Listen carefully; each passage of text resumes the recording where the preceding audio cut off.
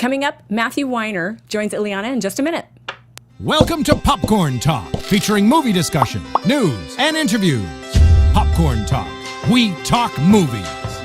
And now, it's the I Blame Dennis Hopper podcast, starring Illeana Douglas. Eavesdrop with Illeana as she interviews Hollywood's most prominent players about filmmaking, acting, and what really happens on the set of your favorite flicks and TV shows. Hi, it's Illeana Douglas, and welcome to the 100th episode of the I Blame Dennis Hopper podcast. I know 100. 100? 100. Thank you. Here with my lovely co-host, Tamara Berg. Hi, everybody. Thank you. This is very exciting. I know. We were talking before about some of our favorite episodes. Yes. And I have to say, still, well, obviously, funniest episode still goes to Diedrich Bader. Bader, sorry. Diedrich Bader. Diedrich Bader. I should know his name since we've worked together. Yeah. And his Anthony Hopkins story, which I still consider to be the greatest showbiz story of all time. It's a brilliant story. Also, remember, he had a Cloris Leachman story. And he also, second running up, he had a Cloris Leachman story. Yeah. And one of the reasons I got into show business was to sit on the movie set and while in between setups, tell funny stories about other movies. And so he definitely wins the prize in that department. I would have to say from a nostalgia point of view, yes, just for me completely living in my fantasy world of being here in the 1960s, it was Leslie Ann Warren discussing going to the Daisy. Oh, that's right. You guys had that long conversation about the Daisy. Oh my God, it was so long. I would have done the whole show. Oh, yeah. If anybody's missed that, go back and listen to that. But sure listen to Diedrich Bader as well. I was reduced to questions like, and who else was at the Daisy? Because that was pretty funny. That would be my fantasy. And then our very first guest, who was brave enough to join us, Larry Karaszewski, who I call the omnipresent Larry Karaszewski, because he's everywhere. He's a member of the Academy. He's one of the gurus, along with myself, on Trailers from Hell. Yeah. He's on Instagram. He's on all the social media. And he is maintaining a writing and directing career. And he lives relatively close by. He's mentioned that if somebody falls out at last minute, he's the guy we can call. And we still haven't called him. Yes. We need to call him back. And I would say, like, again, and then another personal favorite for me, just because I've so admired him for so many years. And I've never worked with him, but I once worked on a television show next to him. That's my only claim to fame. And that person was Alfred Molina. Yes. And he came on and I mean, what an amazing! He's so amazing. You keep stealing all mine because those are the ones I was going to mention as well. Oh, really? But do you have also, any personal favorites? Yeah, D.B. Sweeney was actually one of my favorites. Yes. He was so fantastic. And when, relatively early on, when people were asking me, you have so many episodes, what do I watch first? And I would tell people D.B. Sweeney a lot because he's a fantastic storyteller and so nice. And he brought you a bottle of wine. Didn't bring me one. But he brought you a bottle of wine. God, that's funny. I don't remember that. Gee, it's funny. Also, Beverly D'Angelo had some great stories, too. Yeah. Faith Prince. Faith Prince was excellent. I loved her. Broadway bound. We have so much show today. Yes. Our guest for our 100th episode is, my God, Matthew Weiner. I'm so excited. Yeah. Do you want to bring him now or do you want to talk some more? Well, I just want to say something very briefly for our 100th episode, because I thought it was fitting of, people ask me, like, why do you do the podcast? And, you don't make any money doing these things. You just want to talk about movies. Though. But it's, I always like to think of myself as the rememberer. I like to, this history of movies is so important to me. I had a very interesting week where I had like a little George Bailey moment. Even my hopes and aspirations are movie related. But I got a card from somebody I went to school with, and he was reminiscing that this is when I was living with my uncle. And when my uncle would go out of town, I would invite all my friends over, and we'd use his credit card to get groceries, and Love I'd it. tell everyone to do their laundry. And I remembered all of that part of the letter. But then he said that because I had my grandfather's Oscar from being there, he said that I used to let everybody hold the Oscar and make their own Oscar speech. Oh my gosh. And I didn't remember doing that, but Wow. I suddenly remembered then again this like very nice recollection of this opportunity of remembering people standing there and kind of making jokes and doing it's heavy and doing all the typical jokes.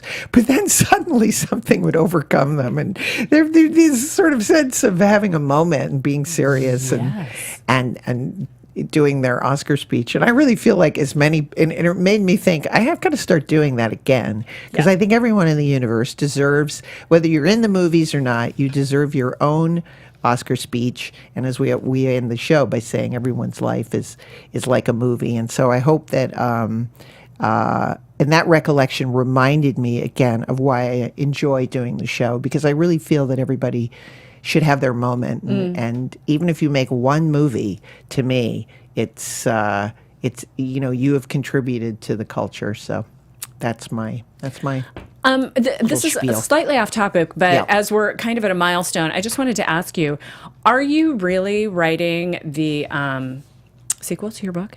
I am. I've been delayed because, again, working on Because I'm on too various busy scripts. working as an actress. I and a know. I writer. suddenly got work as an actor, and then I had to put the writing of the book on hold, and certain things to happen in my life, and then so now I have to throw out old chapters and put in new chapters. But it is coming, I promise. It's just slightly delayed. Okay. But don't believe. I will get there. I promise. I would not believe you. Well, I enjoyed it. Just one more thing I would like to Yes, say is sure. I want to invite all of our listeners Yeah. to write in on the Facebook page maybe some of their favorite episodes Oh, of that the would last be 100 great. that we've had. Yes. Just so we can hear what you think, and maybe we'll get some people back again. You never know. Yes, I would love that. Also, Yeah. just a warning too, this being our 100th show, we're going to be taking some time off for the summer now, Yeah.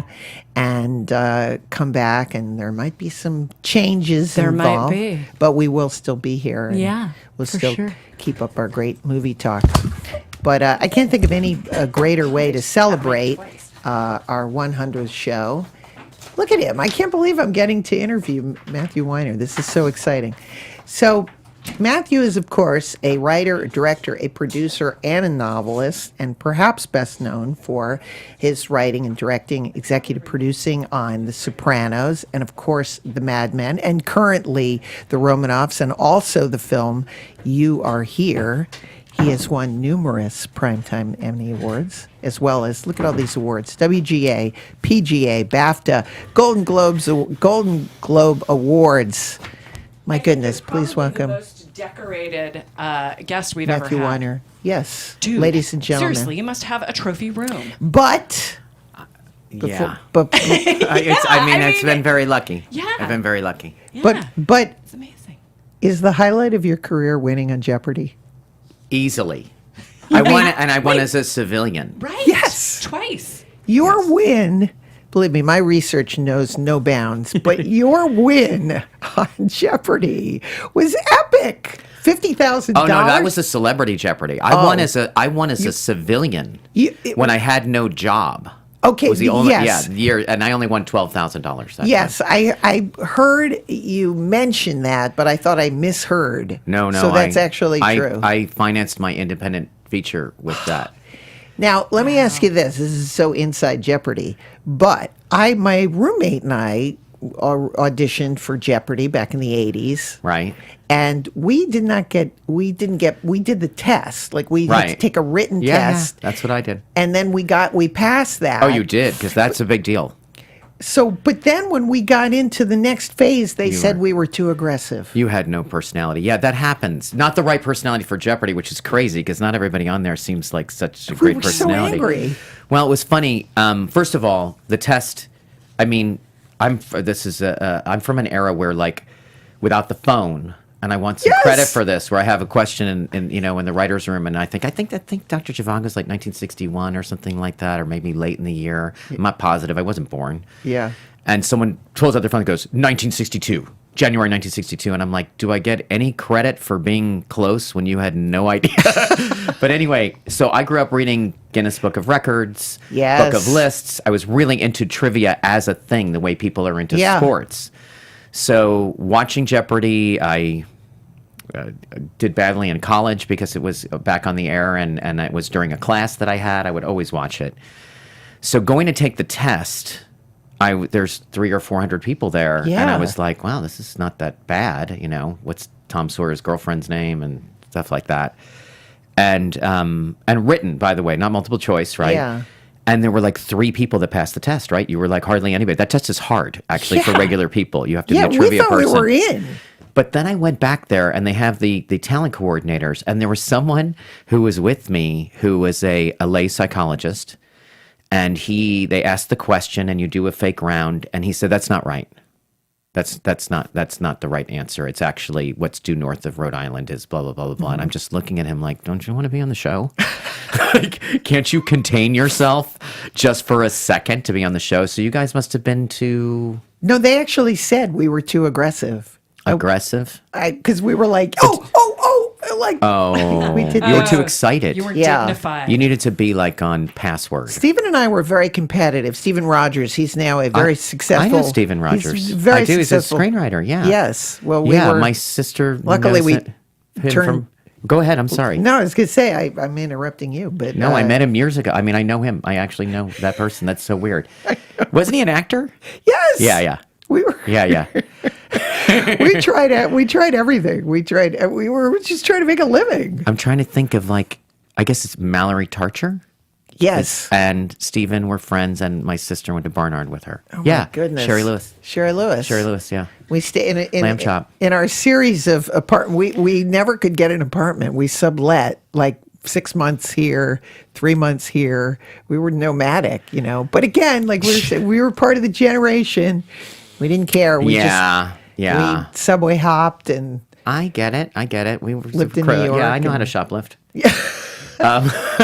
For sport. We used to put on suits and go to the plaza, and I swear to God, Stephen was very bold, and we'd sneak in because it was his theory that as long as you had a tuxedo on, you could get it anywhere. That's probably true. And we would sneak into wedding parties, and because we were actors, we were looking for places to act, and then we'd steal food. I remember him frequently, the few times I met him, being extremely Miami Vice in his outfit.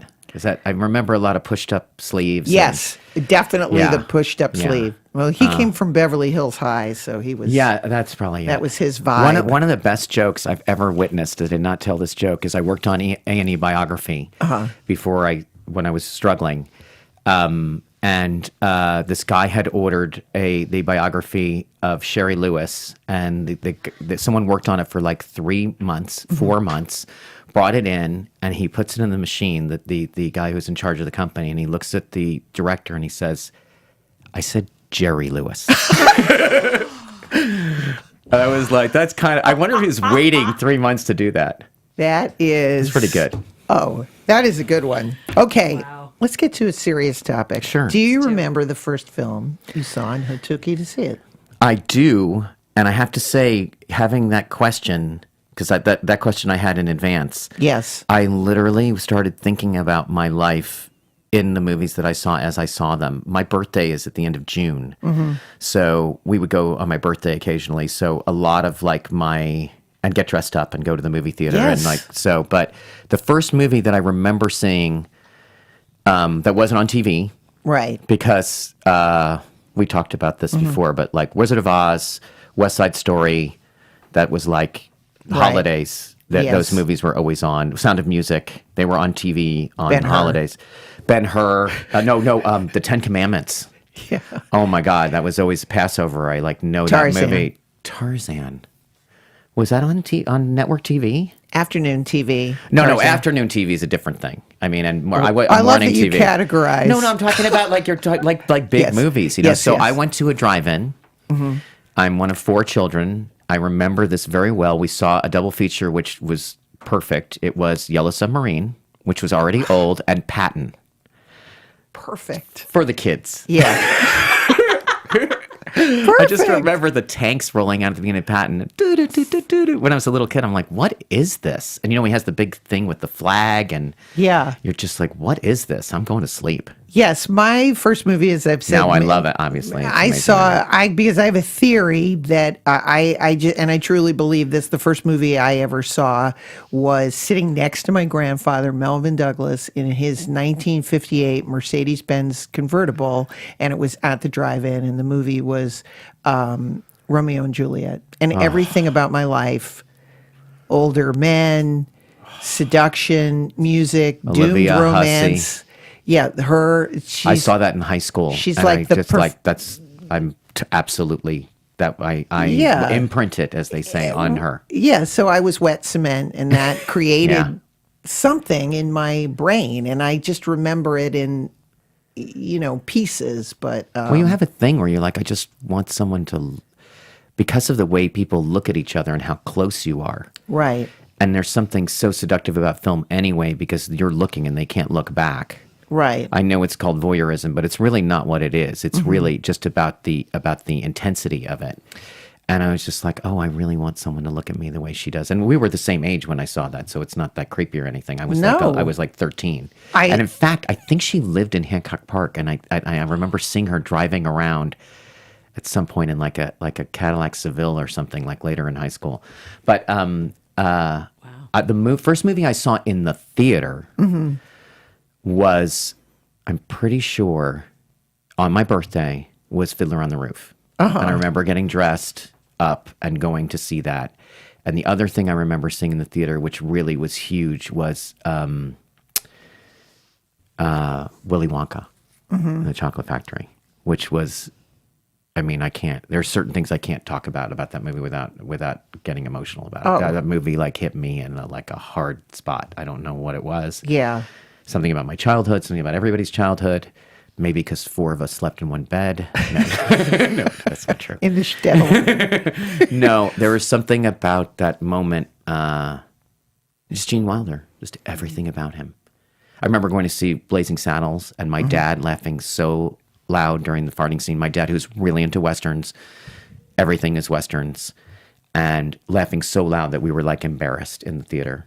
I remember seeing Saturday Night Fever with my grandmother, which was super embarrassing. Oh, I love experiences like that. Yes. I saw Shampoo when I was 9. Yeah. Because my parents didn't have any problems with sex in the movies. They didn't like violence. Me, same. So same took me a long time family. to get close to Clint Eastwood, but I saw Cabaret. I literally was 7 years old when I saw Cabaret. Yes, movies in my family were so serious. My parents took me to see a movie, and they took me to see it. Again, I've talked about this experience, but they took me to see the film The Servant.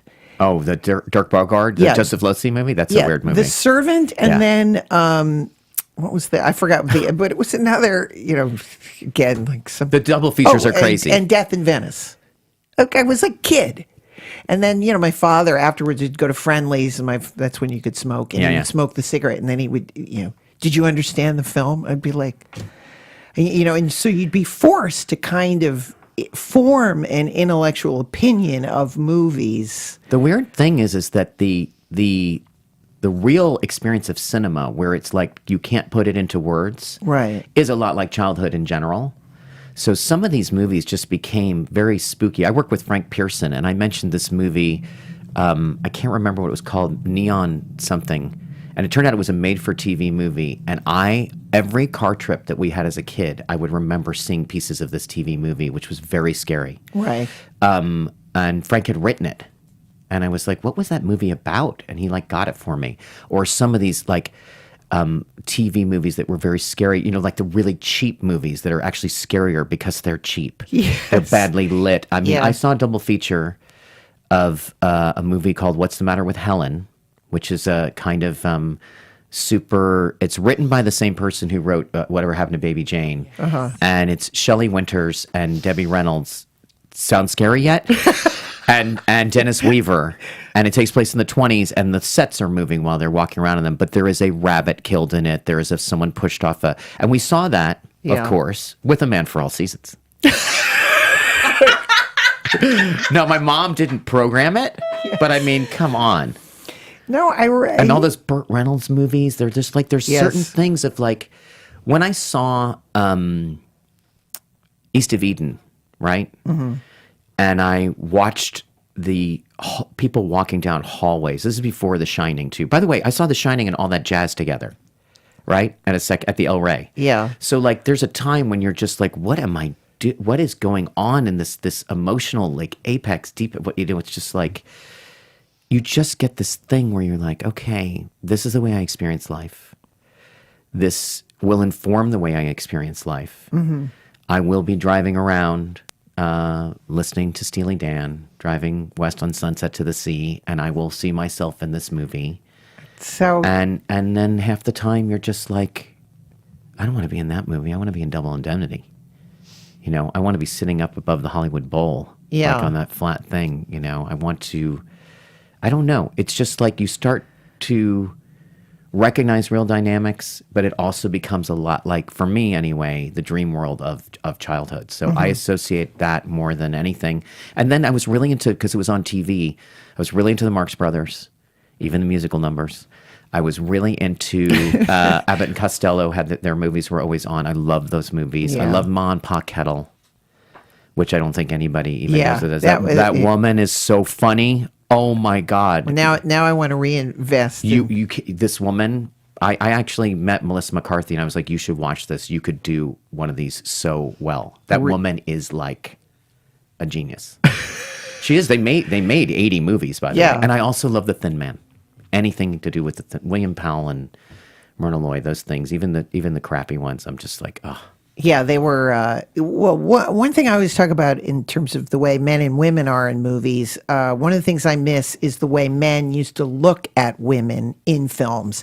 You know, now it's like they see each other, they kiss, and then they're in bed. But it was the ability before, it was the way that somebody looked at Audrey Hepburn. It was now they look at the woman and then they look at the phone. The phone is a big part of it.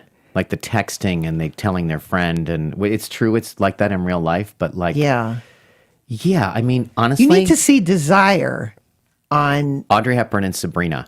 Right. That was that thing of them dancing on the tennis court. I'm serious. Now, they used to show movies in the afternoon here in Los Angeles, and they would do a director a week. And that's how I saw Psycho, for example. My mother and father are really into movies, and it's like you're kind of ignorant if you're not into movies. So you have to say things like, you know, who is it? I can't remember. There's an actress where my father was like, you don't know who that is? It's your grandfather's favorite actress. And I'm like, oh, okay. That's how I cued in on Melvin Douglas. And yes, I don't find that much difference in human behavior in the movies between now and then with the really good actors. If you watch like Ronald Colman, you will see someone who is acting like a human being, and that's what's amazing about him. If you watch A Tale of Two Cities or Lost Horizon, you'll see somebody there who's just he's very suave. He's got this great English accent and everything, but he is a real what's his name? Frederick March.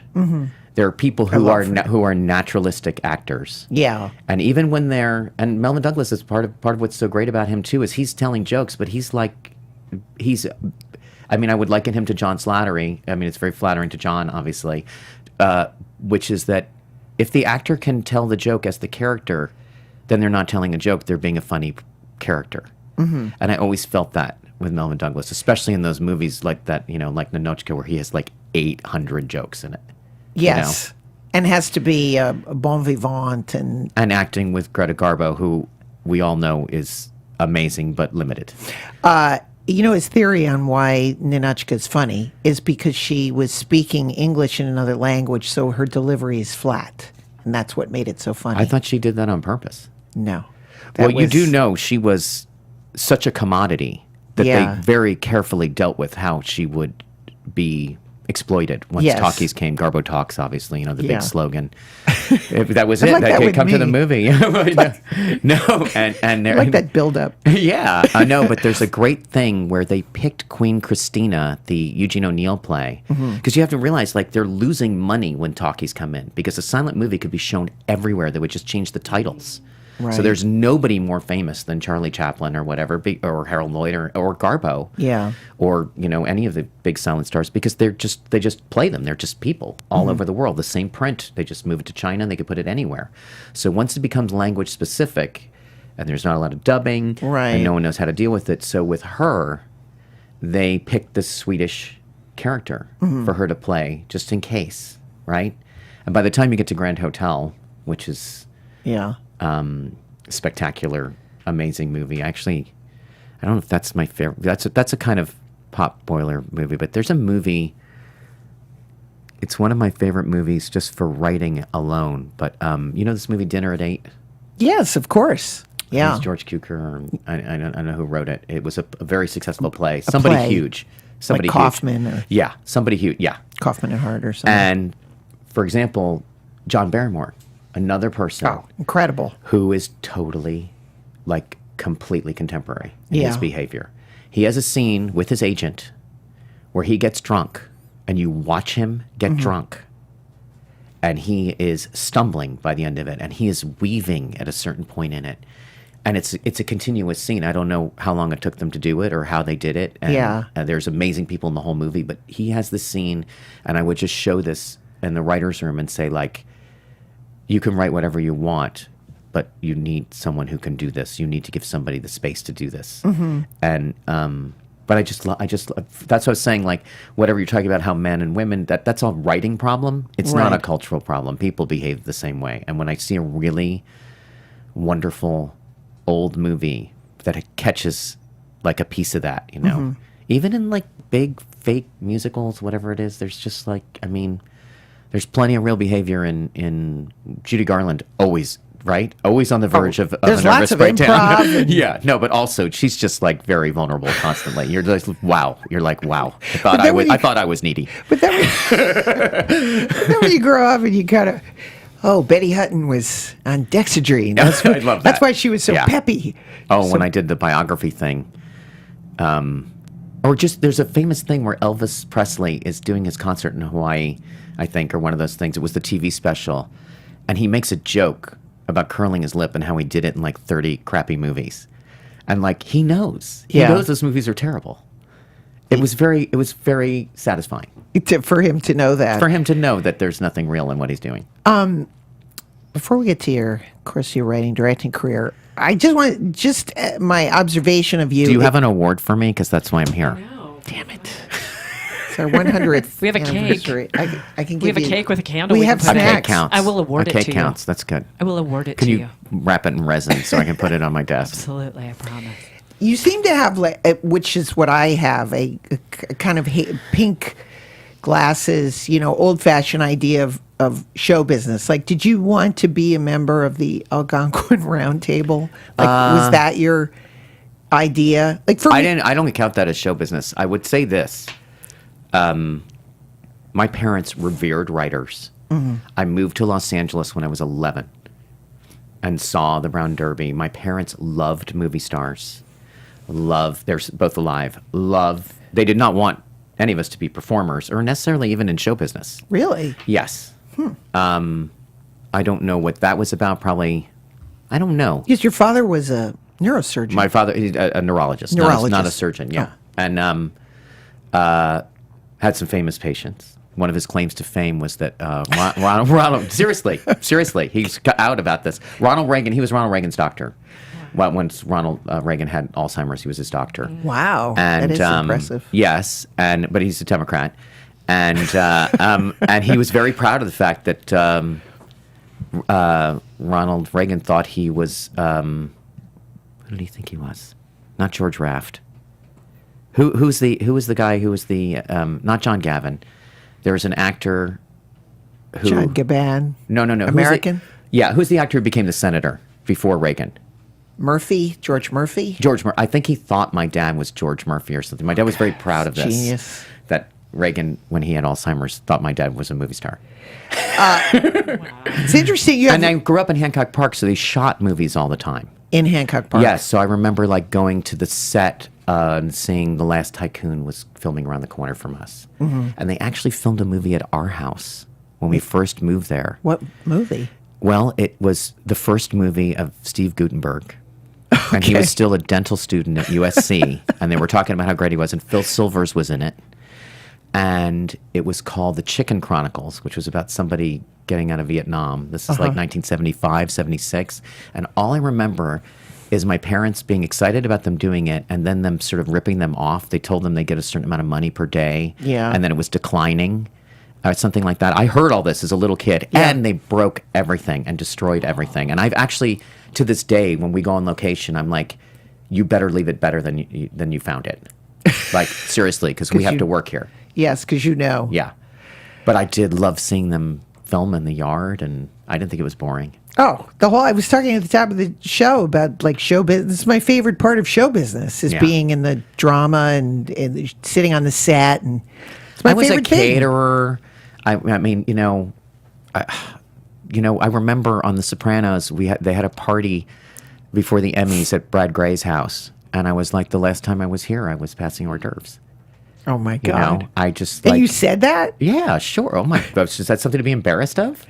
No, it's because amazing. I remember being a little kid and telling a joke to my friend. We were invited to this party, and Bob Newhart was behind me, and he laughed at what I said. And I've told him this since then. I've got to meet him as an adult. And just like that, I lived on that. That mattered to me. We used to go to Hamburger Hamlet on Sunday night when we weren't going for Chinese. I will not discuss my ethnicity. Just leave it at that. And the Hamburger Hamlet on Sunset was Dean Martin sitting and watching ESPN, smoking a cigarette, go out, have 5 drinks, go out and get in his white Rolls Royce. I mean, we never bothered him, but there were a lot of people at that. I can't believe this. I made a documentary in film school about the paparazzi. Called It's All True. Yes. I looked for What it. an original title. I could. Orson Welles' movie was unknown at the time. I'm just using this. It was just like a footnote in his biography at the time. And I know I looked for it. Now, USC owns it, so but I'll give it to you if you want to see it. I'm very proud of it. I'm very proud of it. I would love it. We went to all the events. By the way, to go and win an award and have the people that I followed around for 6 months take my picture was amazing. Yeah. I know the photographers for years since I was in film school. And I didn't see anything wrong with the fandom part of it, but I also went at the same time and followed one of these people who goes in a helicopter. Mm-hmm. And so they were intercut together in the story, the people who sort of get pictures of people's kids and wait for you to be fat or sick or get a picture of someone right when someone dies. And then the people who, the photographer that we focused on there, was out in front taking pictures with everybody. And they said some snide shit or whatever. But the interesting thing was that he had pictures of himself with like Natalie Wood when he was like 11 years old. He'd been doing it for free his whole life. Wow. And you just wonder what is their relationship with it. I don't like when people name drop and act like they don't care. Mm-hmm. It's disturbing to me because I know the cachet. It's like a religious thing. It's like what shared experience do we have in the culture? A lot of it is that. But I have to say the gossip part of it and the sort of cruelty of like sharing other people's lives and people having to worry about their kids. And I mean, look at all the stuff that happened, with the National Enquirer and that's been revealed. We know that they're really influencing our lives, that we're really in the basement of the culture. But in terms of like, it's funny because I can't even explain what it is. But like, someone said to me, do you want to meet Elton John? I was like, yeah. And then there's people who are like, why? And someone very close to me was like, you've got to be careful when you do this because there's a 50% chance that this is going to go badly, which is true, by the way. You know that. It is true. Sometimes you're like, I didn't know I was supposed to announce what I did when I met these people because they treat you differently. Right. I don't. But yeah. You're supposed to have a friend. You're supposed to have a buddy. the buddy system. The buddy I was with did I was not. in She PR. she never wanted to do this. I don't know. I was in PR. I worked for Peggy Siegel. So you're supposed to. Well, there you go. You just have to. That's one of the things Stephen was so good at. We'd set each other up. This is my friend Stephen. He wrote I, Tanya. Yeah, that's all you have to do. It's great. This is. I want you to meet Matthew Weiner. Yeah, so I would he, have of course, create. Bill Hader. Do you know Bill Hader? Yes. Okay, so he's a very very nice person, and we were at some party. A movie lover. We were at some party, and Sam Raimi was there, and I met Sam a few times, but I guess he didn't know who he was, and Shocking. No, it doesn't matter because I didn't know. How does anyone not know who you are? No, it doesn't. Oh, I don't know. I saw you at the know. part. You were at. I think we've signed 18 yes. pages. Don't say how we know each other. But you met somewhere. We met somewhere. Betty Ford. I was.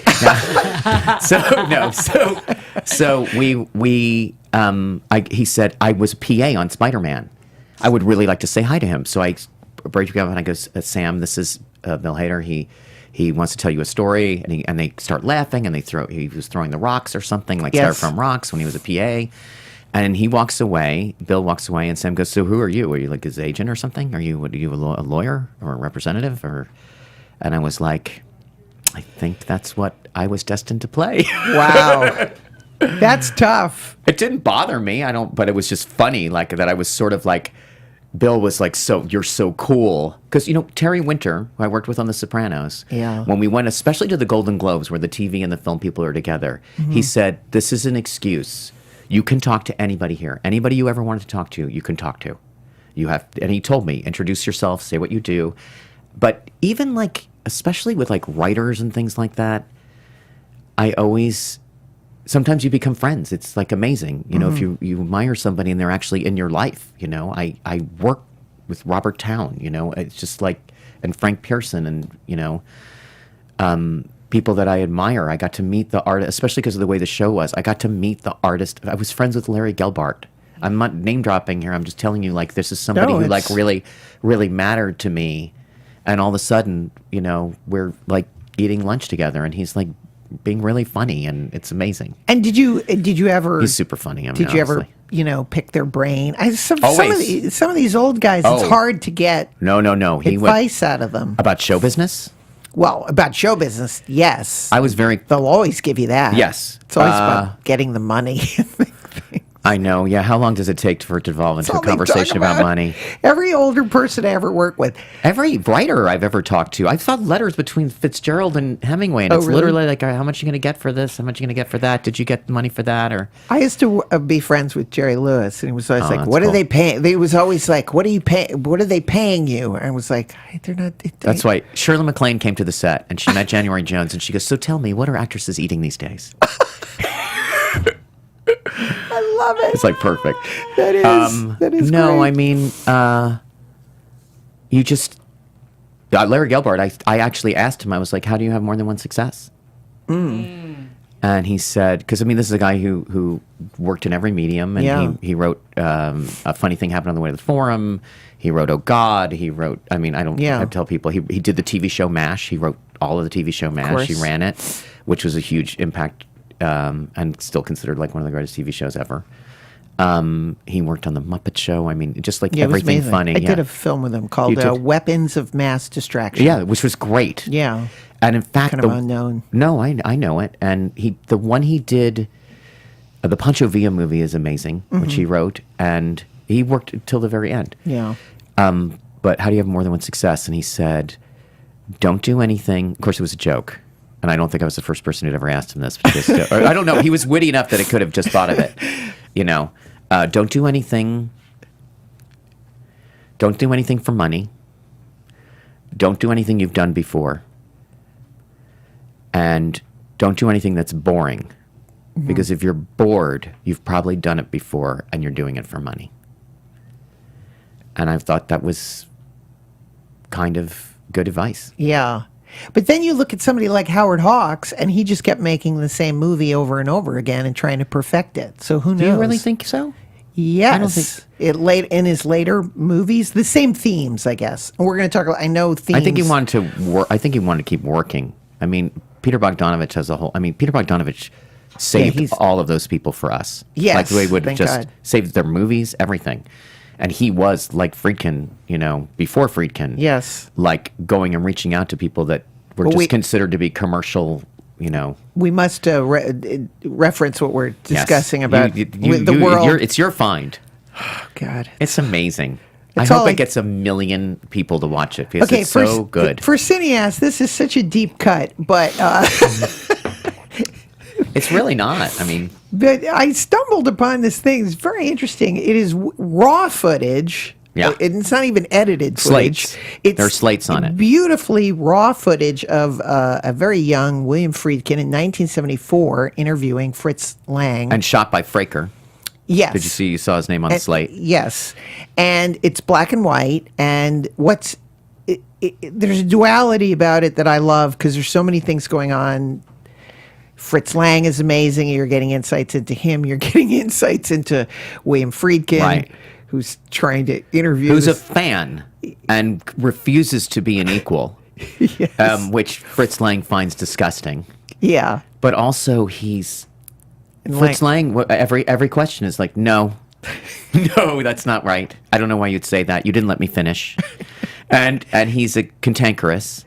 Yeah. But I found the most interesting thing, you talk about themes about that, is you literally get to find out, even though Friedkin is speaking in the language of show business and the critics and things like that, and how things are processed, and how Right. everything's on lists and superlatives and then negative superlatives, whatever those are.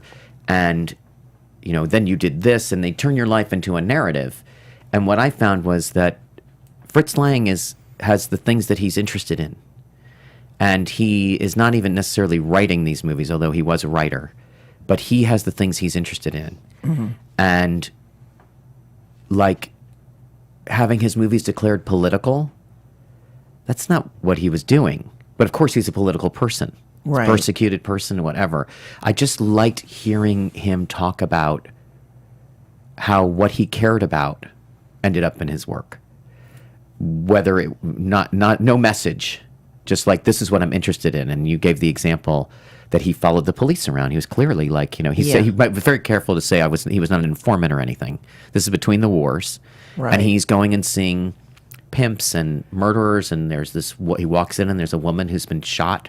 Right, and there's a lot of crime in Berlin. That image of Berlin, the poster that he talked about. Yes. Berlin, There's you're so many dancing. What is it? nuggets. Berlin. There's a poster he said that informed a lot of his work during Weimar. Yes. Which was a picture of a man dancing with a skeleton. Yes, that was it. Yeah. Right, and it said the poster was Berlin, you're dancing with death, and that decay, like he's aware of that when he's doing M and things like that. Yeah, there was and one of the things he said that I thought was very Must be weird to live in a time like that. a little. I there were some, as I said. No, it I was mean like- I feel like we're in one.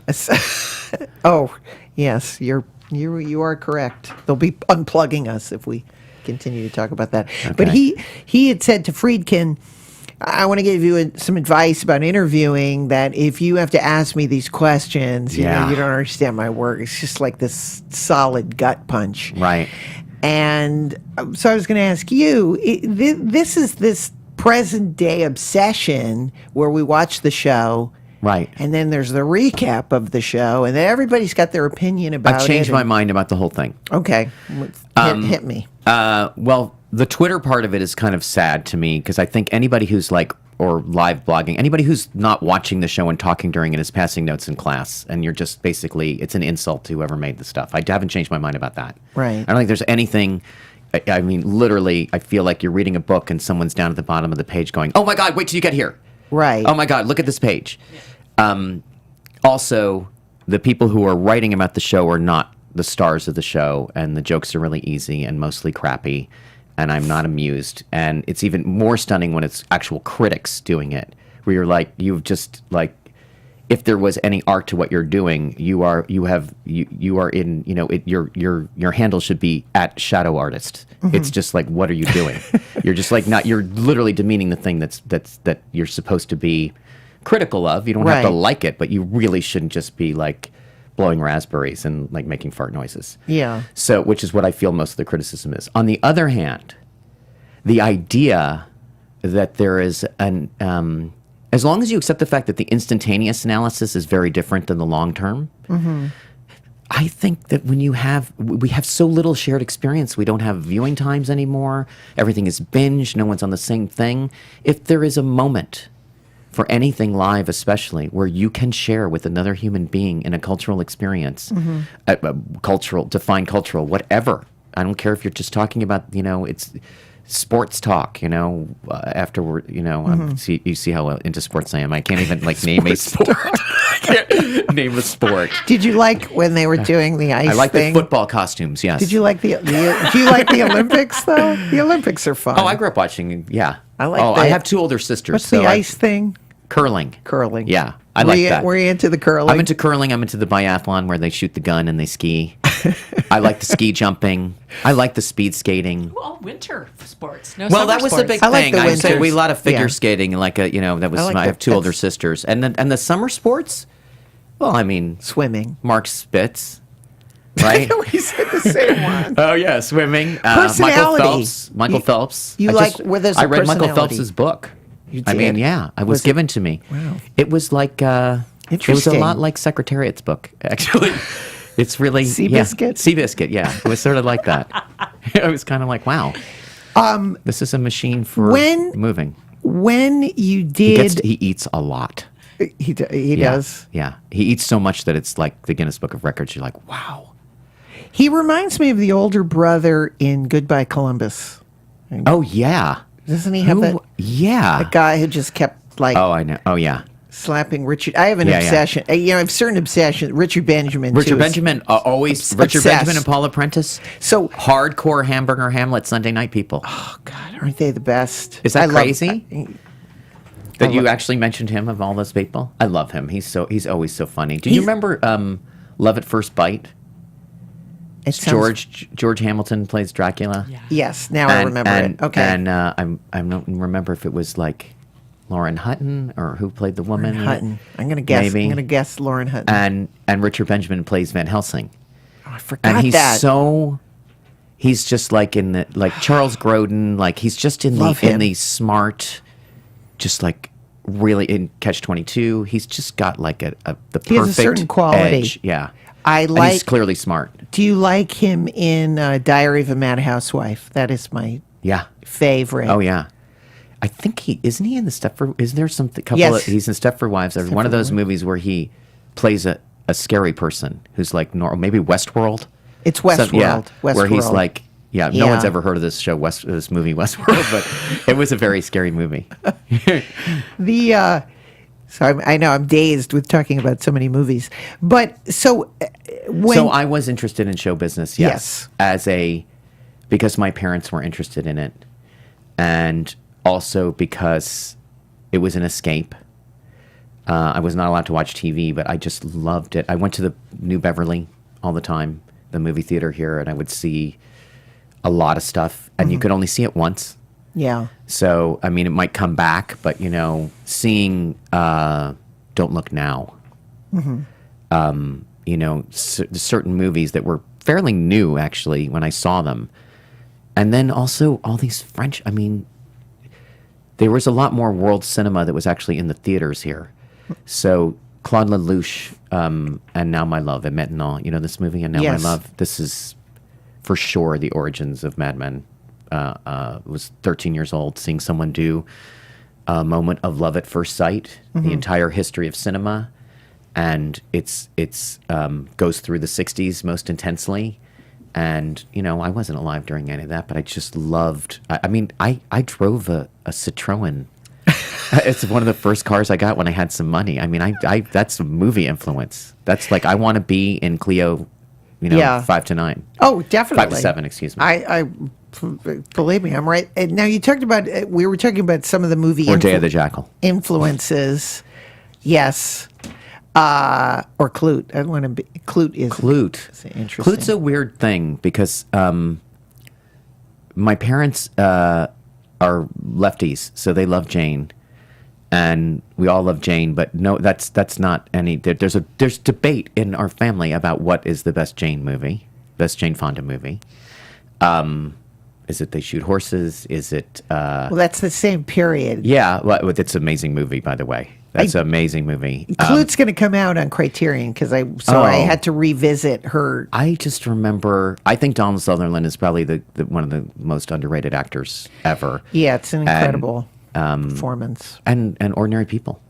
It also has an ambiguous ending, which again is one of the themes in. I don't know if I don't want. Jane Fonda is alive, and I worship her, and I don't. But I don't. I'm not. That's not even close to my favorite role of hers. I feel it's very distanced, which may be the character. But I mean, I love Coming Home. Coming Home is great. China Syndrome. But I love a whole Julia. Well, again, these are all better for me. We're part of a generation. If we're going to critique her, to me, it's every person. The Tall Story. Come on, that's a deep cut. That's a deep cut. Walk on the Wild Side. Oh yeah, your turn. Barbarella.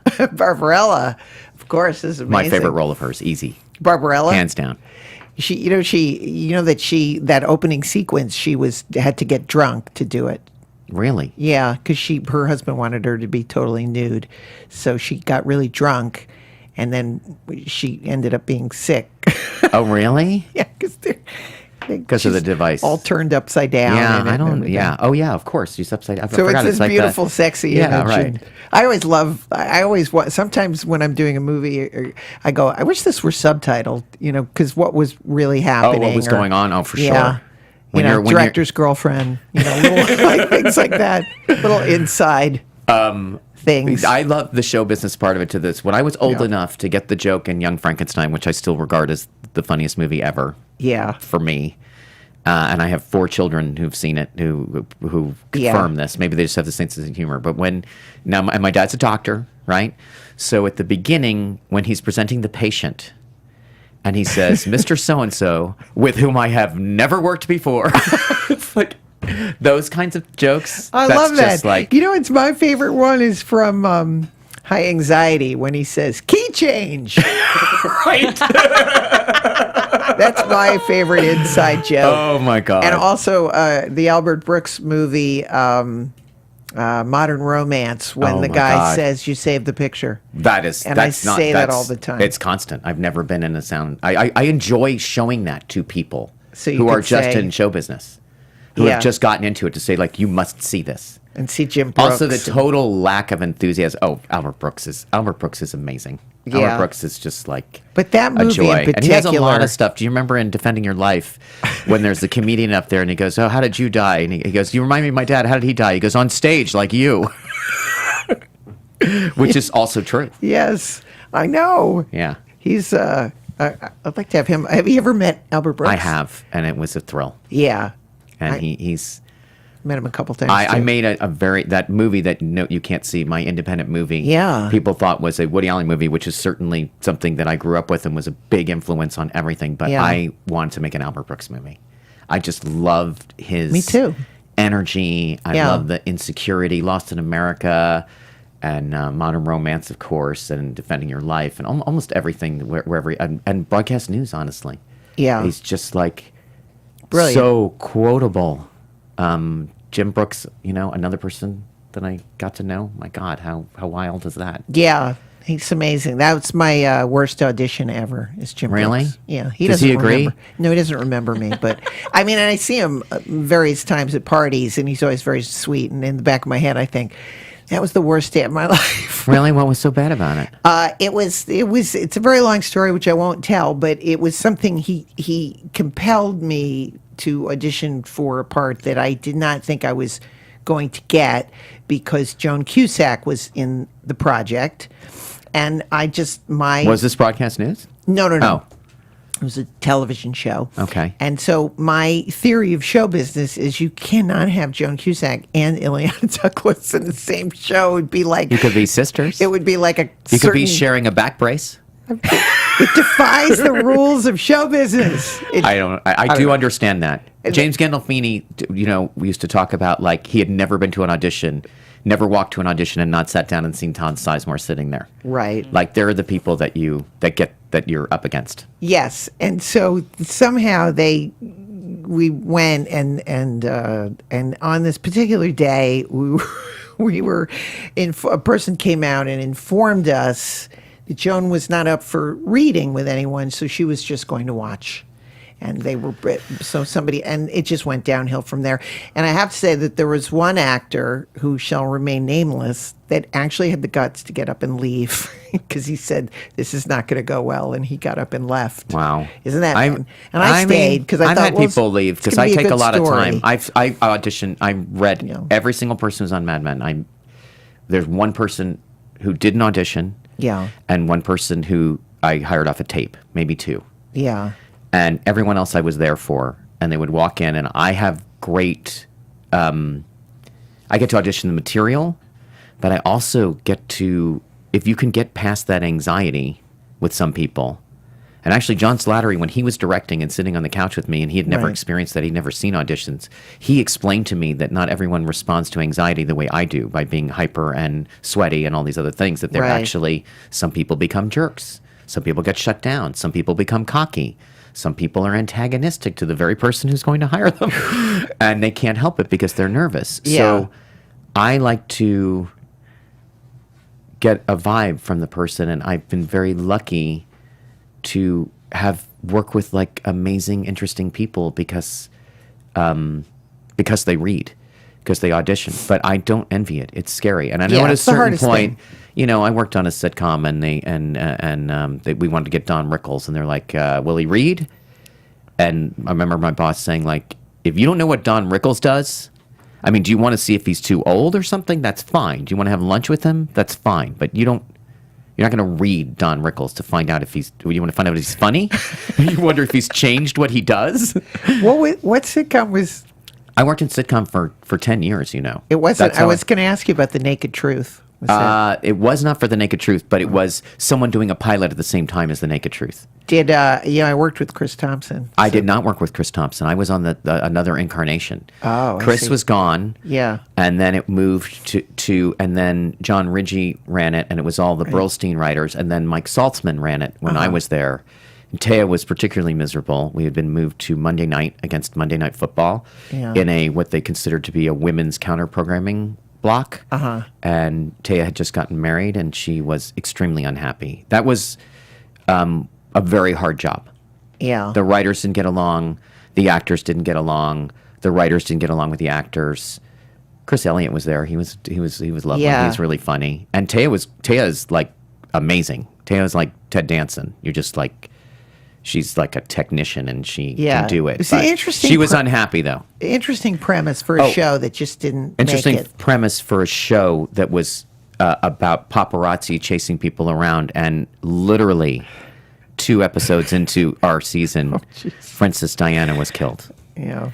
And I remember watching the funeral in the middle of the night, and I was like, well, our show is over. Like, no one thinks this is funny. Yeah. And I think someone said it was like the Rose Parade with one float. Too soon. Too soon. Yes, definitely. No, I mean, it was really, people went from being fascinated. And I had this background of being with the paparazzi. I didn't have any judgment about it. But that was horrible. I read that because you were talking about auditioning people for Mad Men, and that in your search for Don Draper, I mean, now we know it's Don Draper, but at the time he was probably just a character in the show. Or did you have a certain weight? No, he was the main. He's the lead. Well, So, I mean, I understand that, but before he became a cultural. Oh, I mean, I took it very seriously. I couldn't believe I was making a TV show. It was 7 years between when I wrote that pilot and when it went on the air. Yes. So I was like having this out of body experience that I never heard it out loud. When I went to I was on The Sopranos, and we were going on hiatus, and I was going to make the Mad Men pilot during the hiatus. Yeah. And before I left, David Chase actually said to me, I was like, I've never even heard it out loud. I don't even know if it plays. You write it. It's good on the page. It got me my job on The Sopranos, the Mad Men pilot. Yeah. I'd written it on spec, and I'd written it right when The Sopranos went on the air. And I was going to this, channel that nobody gave a crap about, and but they were going to make the show, or at least make the pilot. And when I was leaving, David Chase was so great about it. He said, you're going to hear it. I've said this before, so I want to make sure I actually get it right. But they're going to read it, and you're going to hate it. But don't change it. It's good. When the right person reads it, like, find the person. Don't change the script. And the last thing he said was, it's good. And I don't have to tell you, like, you know, what that means coming from that man. It was literally the nicest thing he'd said to me, and I'd been working there for like 3 years. He was very reserved. We're friends now, and we're friends as soon as, by the end of it. But he for him to say that, I remember when I was going to do the show, and I was like, I don't know what I'm going to do. I don't know how to do this show. And he goes, well, you're great at story. And I was like, you never used anything that I pitched to you. And he goes, no, but you're great at it. And story's the last thing to come. So you can have instincts for it, but understanding it in a non-formulaic way is the last thing to come. Right. And I'm notorious, by the way. People are always like, oh, you're such a gifted storyteller on paper. When you tell me a story in person, I'm like, why are you telling this? What's the ending? Are you getting to a joke? Like, what's happening? One of the things that was so unusual about the show coming out was the pacing. I think that the pacing seemed so dramatically different than anything. Right. And it was almost, for me as an audience member, like, oh my God, it's like a breath of, what a relief. Well, a lot of people thought it was really boring also. But no, see, for me, it was a relief to just watch something and like have the pacing. It feels normal to me. It feels normal to me, and I wanted it that way. Yeah, and I have moments. You know, I wrote it before The West Wing was on the air, and I always wonder, because a lot of the people came into audition were like, "Hey, I'm snappy, like, you know, Sinatra, ring-a-ding-ding years," and I was like, "That's not what this is." Buddy Love. Yes, exactly. Which now I tried to explain that they were making fun of this at the time. It's not related to human behavior, and I wanted it to feel like human behavior, and I wanted these people to sort of have the pretense of being cool because they have a cool job, right? But they're not. They're people, right? And so, I mean, the pacing. When someone would ask for a clip at one of these award shows, I'm like, 5 seconds. It takes someone like 20 seconds to answer the phone on Mad Men. I don't know what I can do. I mean, but I would say this, is that for me, I liked how immersive it was, almost hypnotic. And one of the things about it is finding an editorial style. Malcolm Jameson cut the pilot, and we just had a point where I was like, I have a choice.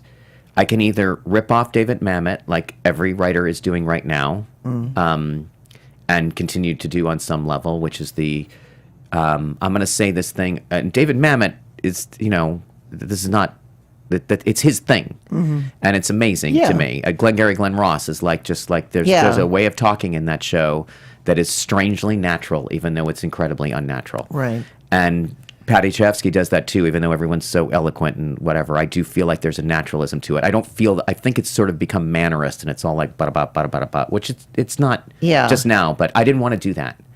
So I had a choice whether I would either have people repeat the lines and the points. Was she a pro? I don't know. Was she a pro? She was a pro. Do you think she was a pro? I don't know. Like that. Right. Or, and they're more eloquent than regular people, say it, stay on them, and then let the other person react. So there's not a lot of intercutting, which means also the actors their take is in there. So you get a good take on the line, on a speech. And by the way, you know what it's like when you work in a two-shot, like your eye is cutting, then you're seeing it really happen in front of you.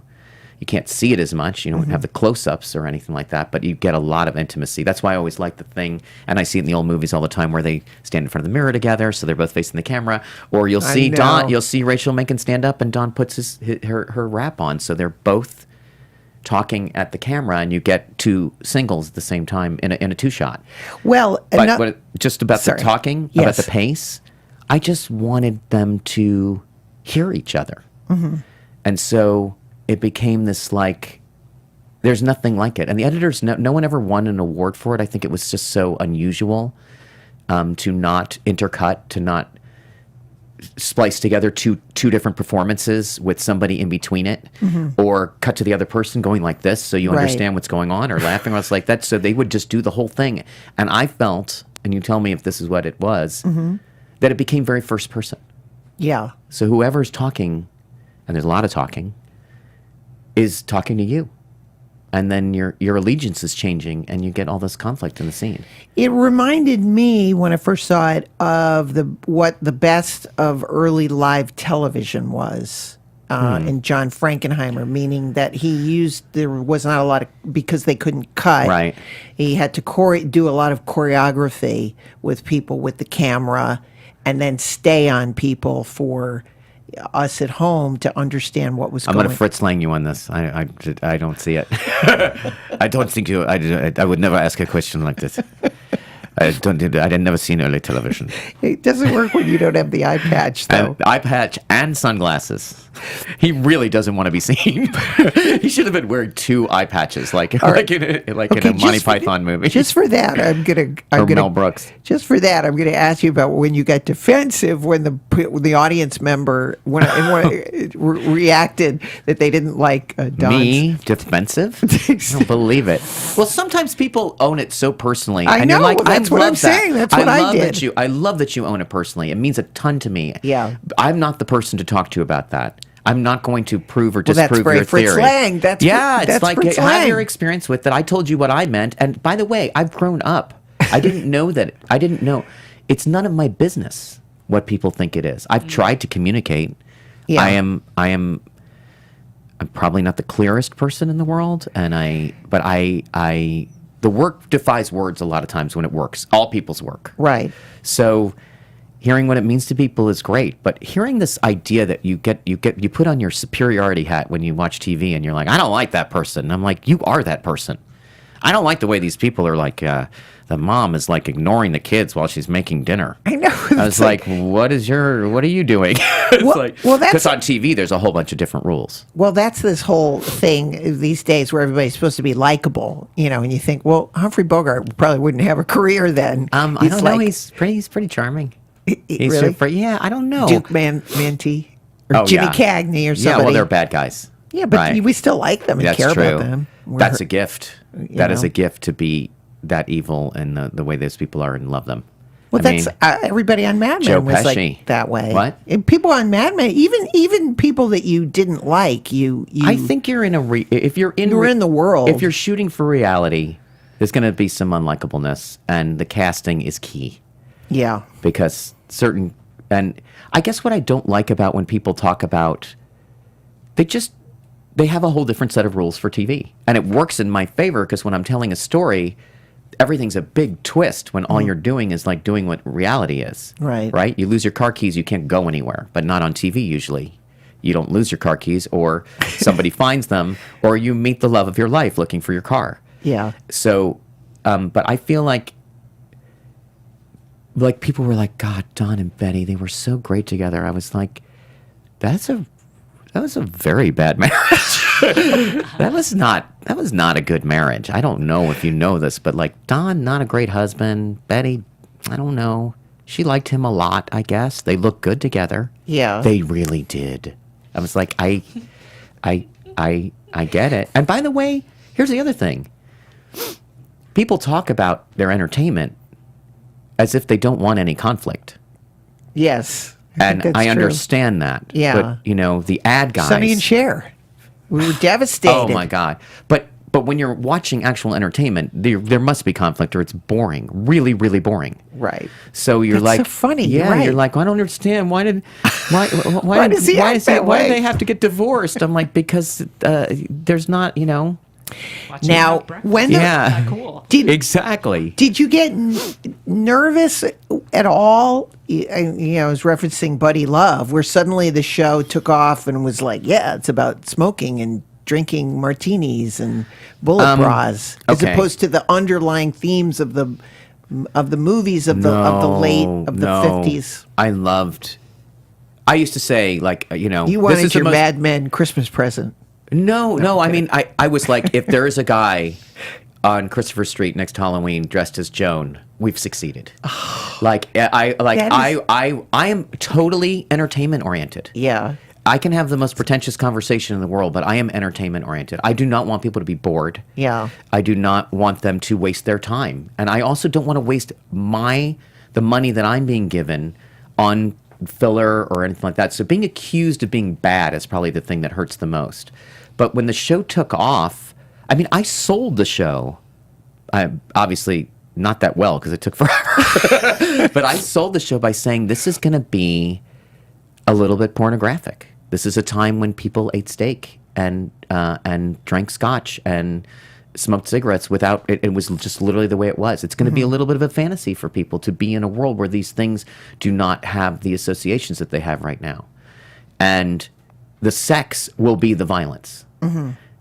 Which is funny talking about how we were raised. And Yeah. That this, and then of course in my heart I wanted to, you know, I was 35 years old when I wrote that pilot, and I was like, at night when I had another job, and I just remember thinking like, this is what I was writing about. I was like, is this it? How come I still feel like I'm 18? I have this great job. I have a wonderful family. And that whole conflict of pressure on men and women between, I mean, it's literally all over the show. What I want versus what's expected of me. What have I been told? Joan has seen too many movies. So when I Fritz Lang, this French interviewer once, Yeah. we're going to call it a verb, right? Where he was like, I saw you were obviously a big fan of Douglas Sirk, and I liked the reference of the television set and the shot from the, I go, and Betty is living in, you know, in Dark Victory or whatever movie he was referencing. Yeah. I was like, but I'm not doing Douglas Sirk. Betty Draper watches Douglas Sirk. Right. I am not doing that. You know, Todd Haynes had that beautiful movie that really was a Douglas Sirk movie. I didn't want to do that. I had written Mad Men before any of these things, before there was a resurgence in it. And every time a movie came out, I thought, this is going to help me or not going to help me. Good night and good luck. Will this help me? Will this hurt me? The West Wing, will this help me? Will this hurt me? This is, Right. I wrote it in 1999. So I kept changing the year on the script, by the way, so it wouldn't look old. But all I kept course. thinking about was, like, these people watch these movies. They're like us. We don't, Yeah. you know, I mean, you're in a lot of the movies, so it's different. But for regular people, you're kind of like, I can't even explain it. Well, they don't really have the same impact. But let's just take the superhero thing in itself. They're going to look back at this period and think that we were obsessed with this, and this was our religion. It was somewhere between Star Wars and Marvel and DC. And I you know, I'm in the movie-going public. I'm in the culture. My distance from that is not my fantasy life to be a superhero at all. It's not related to my life at all, actually. Yeah. And, you know, I love the mannerist aspects of, like, Robert Downey Jr., and I like seeing that those kinds of, I love the mythological version of it. I don't feel compelled to see the Spider-Man origin story again. It's 4 times in my lifetime. You are wearing it out. But I also, you go back and look at the culture and you say, like, well, what is going on in the culture? Who knows? It's literally the only thing we can agree upon is this fantasy world where there's empowerment. Well, that's why movies are so interesting. Like you said, it's Yeah. the one thing we can't agree on. All right, we're going to run out of time, so I want to move into sorry. some of you. That's okay, because we got so much to talk about. Before we talk about the Romanoffs, which I'm currently watching, I Okay. have not binged it. It's hard to binge. They're an hour and a half apiece. Yes. I didn't want them to be binged. They were actually released once a week. So that, and I mean, there's 8 of them. In 8 weeks, they'd all be out there anyway. I like the idea of maybe we don't have a conversation about them, but Yes. it's hard to stand out at all in entertainment right now. There's so much stuff, and it's all time shifted. And looking at Game of Thrones, do you think maybe there will be some linearity back in entertainment? People did enjoy being part of a group experience, but I don't know. Yeah, It was a joy, the Romanovs. It was an absolute my gosh. incredible The first- experience. believe me, the first episode, just getting to go, I was like, where is that castle? Or Yeah, it's an apartment in Paris. Oh my God. I know. Genji Cohen was really funny. Genji's like, my sister, we're very close. And she was like, Matt Weiner wrote himself into Paris and I'm still in prison. Yeah, that's when I was like, yeah, you got go work in It was such a dream. yeah, The whole like thing. I was all over the world. French crew and Was Yeah, it, yeah. they were great. Yeah, absolutely. We brought our own people, but we worked in the French crew and we shot in Paris. It's a fun experience. I worked in Sweden, and it was one of the great experiences of Well, you learn a lot. I mean, we worked in Just how Mexico they do City. things and how they- Yeah, some of it's like the worst of what we do, and some of it's way better. Well, the Swedes have beer for lunch, so Yeah, there was none of that. We worked for Amazon. There was no alcohol anywhere near anything. The American work rules. But that's funny. yeah, I mean, No, I'm sure your hotel room was. well, would have beer for lunch, but I wouldn't do it with the crew lunch. I would just walk away and go meditate in the trailer and then have a beer. That's Doesn't it sound good? yes. It does. Okay, before we And get to and you're living in Paris. I know. Believe me. Believe me. We We lived in Prague, Hong Kong, London, You're naming all my favorite cities. Pasadena, There's one. Prague Yeah. and Pasadena. Mexico City, Toronto. This tour is getting worse as we go. I noticed Manhattan. Yeah, you We made a movie in Manhattan. I know. Like a Paul Mazursky movie. It's really what it feels like, I think. Do you? And Bucharest, Romania was I was right? going to say it's very much a kind of a social comedy in the way that Paul Mazursky used to make social comedies. Yeah, they're all different. Unless you're I mean, gonna I wanted them to be Fritz Lang, you're different. gonna- No, I'm not going to Fritz Lang you. I said Paul Mazursky. I like shooting in the street with a Steadicam and Amanda Peet and cars going by and being in front of Bonwit Teller. great. It was like really like I that's miss Paul Mazursky. shooting at the Strand. This is like a childhood fantasy. I think yes. Again, you've got to take up the mantle. You know, it's an interesting for me thing happened in movies where Paul Mazursky, Hal Ashby, even Bob Fosse. You know, Absolutely. They all they died or they stopped making movies, and that we're left with Marty and Friedkin. We were left with all the tough guys. But I feel think like it's all about the, genre. And that's really what is interesting to me. I don't know. Mad Men, I guess, is noir. I would say if it had a genre, but it's also kind of melodrama. melodrama, which I do not consider an insult. But there's like but it's I remember somebody saying to me, a great artist saying to me, you've taken the two biggest cliches, the suburbs and advertising, and made them into something that works. Like everyone had tried to crack this for a very long time. There are a lot of movies about it. It was almost a genre. Yes, one of my favorite. Not Bewitched, but Bewitched is the end of it. No, the man in the gray flannel suit. Yes, and, the yes. arrangement. The Arrangement, his last movie, Yeah. for good reason. Yeah, it's a hard movie. It's a hard movie. Faye Dunaway is so amazing in that movie. She's so beautiful. We did that. We had Ted Shaw fly an airplane because of that airplane at the beginning of over the Occidental Tower. You remember Kirk Douglas? There's a plane Yes, that was crazy. What about The Swimmer? Did you reference The Swimmer? That's one of my favorites. He's not in advertising, but It's John got that Cheever is suburban angst. Don lives in Ossining. That's all Yeah. I can say. And he lives on Bullet Park Lane. Everything about that. That was my inspiration, for sure. The Swimmer, I always said I want The Swimmer playing. I'd like a room in my house, just a white room with a chair, and I'd like The Swimmers, Swimmer. I have to say, the movie's hard for me to watch. It's so but it's I don't enjoy it. no. You're not supposed to. I would much rather watch Bert in No, I know, but even the tragedy of it. There's something about it. I kind of wish that there was no You movie loved of that. it. No, When no. he says- no, Oh no, when my he God, says you to loved it. Yeah, Don says that too. Yeah. Oh, believe me.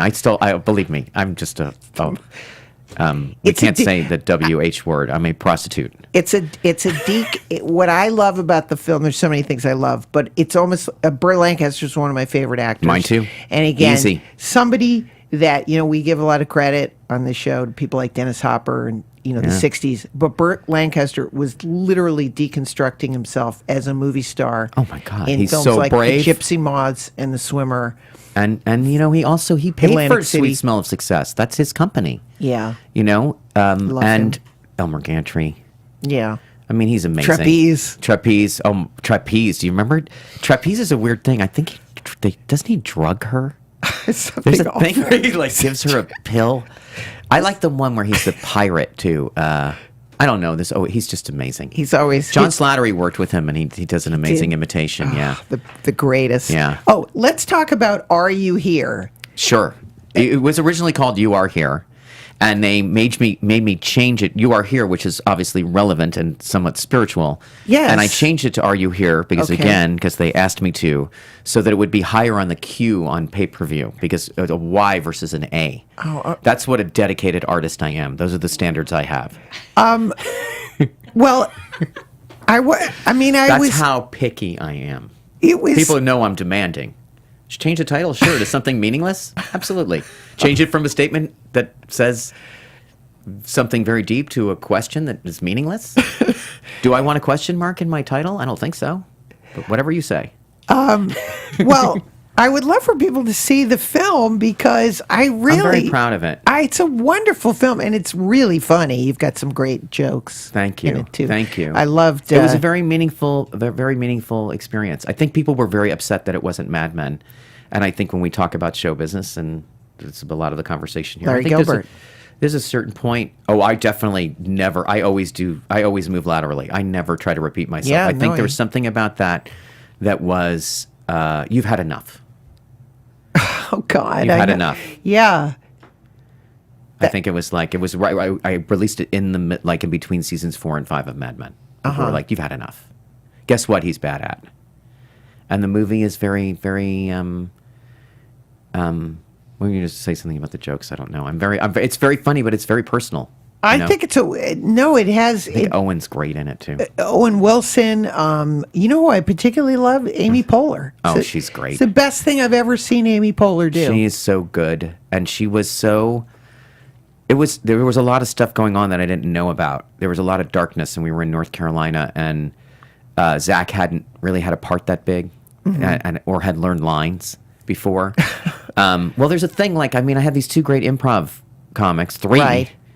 And Bogdanovich is in it, actually. Yeah, oh, yes, that's right. As the judge. Yes. Sort of an homage to What's Up, Doc? Yes, exactly.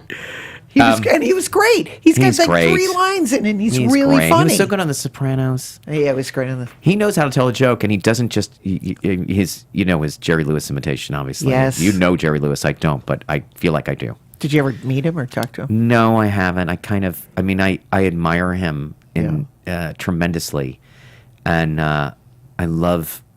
just as an actor director. Yeah. It's kind of amazing what's going on. Those movies are so elaborate, but I don't know. Yes.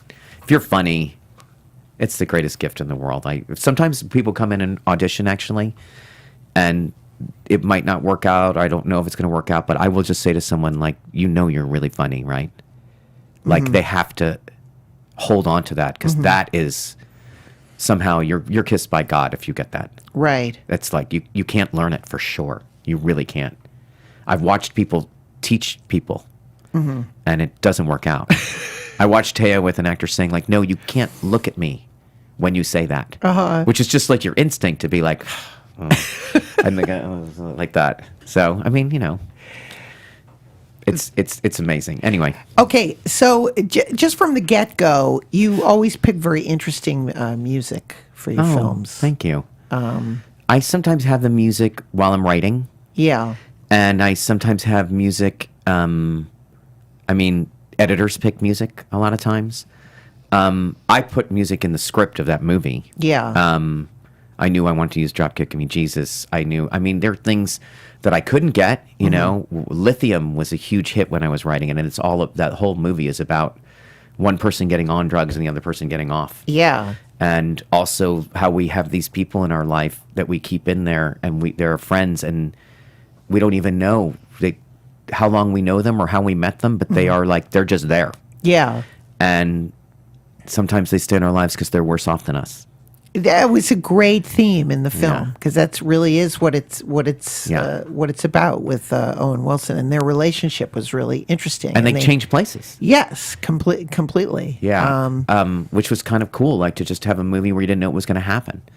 But some of the music was, Amy smoking out the window in that. I love that scene. There's so many great she's so little funny, scenes. But we had the Titanic theme in there. We could not afford it. It was amazing that she went into the bathroom after her husband was asleep, and she put the Titanic music on really loud and smoked out the window in this horrible housing development. A lot of it was about the uglification in America, just that we what's natural and what's not. Right. He cuts down a tree to see the woman That naked was across the way. particularly poignant a scene, and I don't want to give too much Yeah. away of the movie, but it again, once his fantasy is, once it's difficult for him, that was the fun of It it. wasn't worth a tree. Yeah. That's what he says. I just love that he wants to see her naked so badly he's going to cut down the only tree in the housing complex. And he's once like, he it's a does huge it- pain. Yeah. Once he does Owen he's was- disappointed. Yeah. Owen was like, so I had these improv comics, and I like said to them, like, can you just, I wrote this I've been working on this for 10 years. Mm-hmm. Can you just do it the way I wrote it? And then you can do whatever you want. And we had a 30-day schedule, and I regret saying that because they are really good at it. And every piece, I'm saying this as an apology to them in a way. Not a full-on apology. It's in a way. No, that it was a mistake for me that I felt like everything that they did on their own is in the movie. Everything. On the other hand, you can't go off. That plot in that thing is so intricate that if you go off, we like to say, use the expression "go off the reservation" anymore. Yeah. I don't know. It sounds bigoted in some way. If you stray from the script, Right. no analogy, the story will not work because it was Right. very complicated. But that movie is very meaningful to me, and it was really about every single scene in that movie on some level is about being present and what matters to you in your life and how we avoid that. And there's some complexity in it because it's about mental illness and drug addiction, but it looks like a stoner comedy for half the movie. And I think that change in tone also. I mean, I always think about something wild. Right. And about what a dangerous walk they made in that movie and how mind-blowing it was to see something that was so clearly a rom-com and then all of a sudden, Yeah. the funniest person in the world, Ray Liotta, comes into that movie and then you're not laughing. And you think, who is he? You're like, "Oh my god, who was he?" What a He gr- was so scary. I know. What a great cinematic entrance.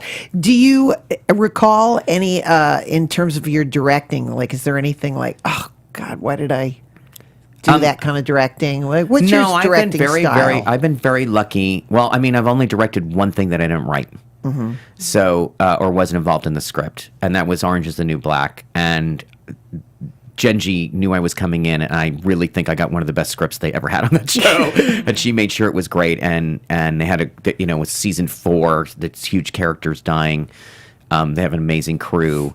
I like to let the story tell me what to do. There's more on the Romanovs, where we would just sort of because we shot almost the whole thing on location, where me and Chris Manley, who is the cinematographer who did all of Mad Men and did my movie, and almost all of Mad Men and did my movie and all the Romanoffs, where we just walk in there and we're like, this is where we are. What are we doing? Let's try not to have a style. Let's have the story do that. And for me, it's always like, how do I use the camera to evoke a feeling? And, sometimes you don't have any time or money and you do something interesting. But for the most part, I mean, there's a movie, the one with Catherine Hahn that takes place in Russia, but it's shot in Romania. I haven't seen that one. Yeah, that is a Krzysztof Kieslowski movie. I mean, I was inspired. The whole thing was inspired by the Decalogue, the whole Romanovs, so I wanted to do that. I just don't want to. When Roger took acid on Mad Men, all I said is, don't forget, the characters are on acid, not the camera. So that's always the thing that I want to do, is just keep it so it's like a stage away in terms of clarity. And if I go into fantasy, I want it to be the way fantasy is for me, which is just like this, but not this. Right? Even if, they look at the $5 bill and Robert Morse is on it, but it looks perfect. That's, my idea. That when I watch a Stanley Kubrick movie and I just see the variety of the stories he's telling, but just like the patience. Right. And just like sometimes you're going to make people... I like tension. I don't write a lot of action, so I like it to be tense. So I always want you to worry what's going to happen. It might give you a stomach ache. even if it's just somebody going to a restaurant and ordering something. Seriously. So I would say the biggest mistake I ever made directing was on my paparazzi. Me too, believe me. Oh, believe me. I told you we weren't allowed. We got in trouble for saying I don't know, which is why I'm such a bullshitter. When I was making the paparazzi movie, the documentary in film school, so I have somebody shooting it, and I'm directing it, and I'm hanging out with them all the time, and there was actually a story happened. Mm-hmm. And it was funny because all of a sudden it was like journalism, right? Because what had happened, this is dating everything, Steven Spielberg had showed up with Kate Capshaw. He's just divorced from Amy Irving. That was the big story at the time. I was in film school. This is like 1989. And Kate Capshaw is clearly pregnant. She's wearing a gold sequin dress, and she's showing. But none of them get a picture because they're not getting a picture or whatever. No one got a good picture. Mm-hmm. So they have during the entire, it was the AFI Awards, they're figuring out how to get the picture. And at the end of the evening, we're following them through the hotel, through the Hilton. And I'm like, this is going to look like Vietnam or something. This is really cool. We have an Aton camera. We've got the sound guy. Everybody's on camera. It's a real documentary, right? There's like the crew going by, the guy with the Nagra. I'm right behind the cameraman with my hand on his back so he doesn't fall. And we get to Wilshire Boulevard, and we're waiting there. And I don't remember who came out. It might have been Scorsese. It might have been, I think it was Scorsese. And somebody else was amazing. It wasn't Frank Sinatra. It was someone like I was excited to see. But anyway, at the corner of Wilshire, we're at one side. At the corner of Wilshire and Santa Monica is Trader Vic's. And all of a sudden, there's like 50 photographers where I am. And all of a sudden they said, oh my God, they're coming out of Trader Vic's. They're getting into a car. And they start running. We all start running. And I'm with them with the camera running down to get the shot of Kate Capshaw and Steven Spielberg getting into a car. And halfway through, I'm like, you idiot. If I had stayed where I was and not become a paparazzi, I would have had the most amazing shot of 60 not-so-athletic photographers running down Wilshire Boulevard. That was my lesson, is don't get in the movie. The camera watches the movie. Right. The camera is, you can do POV and all these other things, but just like keep your wits about you. Mm-hmm. Just don't get, and it's not just documentary, just like, I got sucked into the story in a kind of way that wasn't helpful. So when I'm talking to the actors and everything, I'm always just trying to be the best audience member in the world. And let everybody do what they want to do. Do their best thing. Some of the best directors I've ever worked with, I can't tell you what it means when you hear a laugh from Oh, I do that a lot. It's a little thing, but sometimes it's usually really inappropriate. But it's sometimes it's like they're watching. Is there any feeling, like I have a feeling sometimes, like where you go, there's going to be a fight, handheld, like where we know so much about film language that when you direct yourself, you go, I can't do it 360 because I've seen it so many times. Yeah, you don't want to be a cliche. On the other hand, it's the language. So like, you're going to boom up at the end of Paris? Yeah. Is it okay? Is it all right? Is it okay? Will I ever not make fun of a director or a writer for following a plate of food with a waiter into a restaurant? Yes. Yeah. That embarrasses me. Yeah. I'm a snob about that. There are certain things, if you want to do the Goodfellas going into the Copacabana in a oneer, fantastic. You better acknowledge that that's what you're doing. Right. That's what I always am, is like steal from the best. Yeah. And also, like I told you, because I have because I have seen a lot of movies, I kind of feel like, when someone's doing something really new, it's so exciting. I say the greatest compliment I can give to things when I see them is, I didn't know you were allowed to do that. Mm-hmm. So you don't want to be creative just to be different. You don't want to just zag because everybody's zigging. You want it to come from where it comes from. But at a certain point sometimes, like I said, on Mad Men, these people are pulling off every line. You're not mixing performances in a lot of it. That's what they did. Right. And sometimes and by the way, when I told like the biggest directing mistake was like when I was in film school, I doubt that that's true. That's just the one I remember, like that I hold in my head. The other thing that was really big directing thing was, and a writing thing, I had an argument with an actor by accident. they were supposed to leave the scene. They had gotten fired, the character, and they were supposed to walk out of the scene. And he said, I think I'm going to go and call my wife right away. And I said, actually, I think you're going to go and have a drink. And he said, but I'm going to go call my wife, and I'm probably going to meet her downstairs. I'm just going to go home. I said, I imagine you going to a bar and not going home for... And then I was like, you idiot. All he has to do is leave the room. I don't care where you're going. Just leave the room. And, then you start working with amazing actors. Yeah. And it does matter. Aaron Eckhart walks up the steps. Yeah. I remember... My favorite Aaron Eckhart performance, incidentally. He was so much fun. See, I really so liked much him. fun. I finally, because again, you have a tendency to linger on people. So I can finally get to know them and explore them. Right. And in a way so that I nice. haven't seen him before. Sometimes you're like, oh yeah, that's that actor. But when I knew it was new for him. Yeah. But he is that charming, and he really is. I liked how, I fun. also like It was how you fun. dress people. I know it's Well, a I little don't take thing. credit for that. I don't take credit for But- that. That's I have Janie But- Bryant and Wendy Chuck. These are Yeah. they were working with the people there. And even though I had ideas of how people dressed in France, Yeah. we had them dressed the way people dressed in France. Yeah, it was fantastic. All right, since this is our last, we Okay. got to wrap this up. Okay, but sorry. I have to do. There's so This much. was so much fun. You were Wait, so it's- complimentary. I really appreciate it. Oh my goodness, it was, and I'm please come back so we can continue. I will say something about the show becoming a success. I didn't really know. I'll be honest with you. It was not modesty. I was just in it, and I was afraid.